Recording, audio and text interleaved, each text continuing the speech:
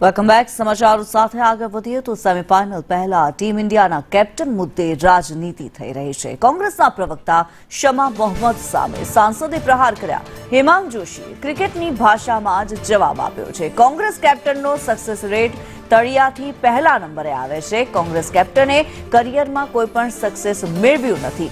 Congress કેપ્ટને 90 election હારીને બતાવ્યા છે તેવું સાંસદ હેમાંગ જોશીએ કહ્યું. રોહિત શર્માએ આપણને વર્લ્ડ કપ જીતાડ્યો છે તેવું પણ તેમણે કહ્યું છે. કે તેઓ જે કેપ્ટનને જાડ્યા કહી રહ્યા છે એ જ કેપ્ટને આપણને એક વર્લ્ડ કપ જીતાડ્યો છે, એક વર્લ્ડ કપના ફાઇનલમાં પહોંચાડ્યા છે અને ઘણા એમના અંડરમાં નવા લોકોને ગ્રૂમ કરવામાં પણ એમનો સિંહ ફાળો રહ્યો છે. વાત કરીએ કોંગ્રેસ પાર્ટીના કેપ્ટનની, તો એ કેપ્ટન દ્વારા હંમેશા એક સ્ટેન્ડઅપ કોમેડિયન સિવાય એમના કરિયરમાં કોઈ પણ સક્સેસ મળ્યું નથી.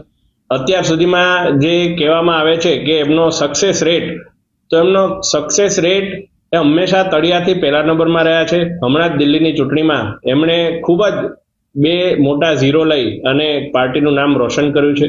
એક ભવ્યાતિ ભવ્ય પાર્ટી કહેવાતી એ પાર્ટીને સાવ તળિયે લઈ જવામાં એમનો સિંહ ફાળો રહ્યો છે.